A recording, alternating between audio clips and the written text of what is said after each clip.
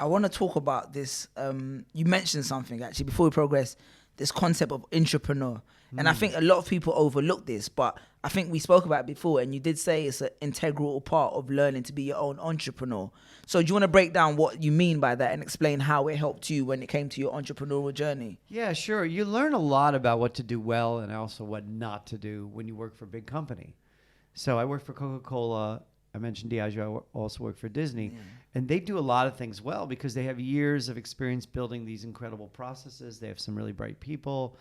And so when you start a business, if you've worked for even one company doesn't have to be massive, but of any size, you kind of should be studying and understanding what processes they do to scale. Yeah. Because that's ultimately what investors want and what you want. You want to do more of whatever you're doing. So you hoover up those really cool things. But then you also learn what not to do. Yeah. And I mentioned earlier about the culture. Culture in bigger companies can sometimes be toxic or uncomfortable. Yeah. And so you want to take away, in some cases, those lessons that you want to avoid as you're building a company. Yeah. To make it something that, as it grows, can keep and retain that specialness. Yeah.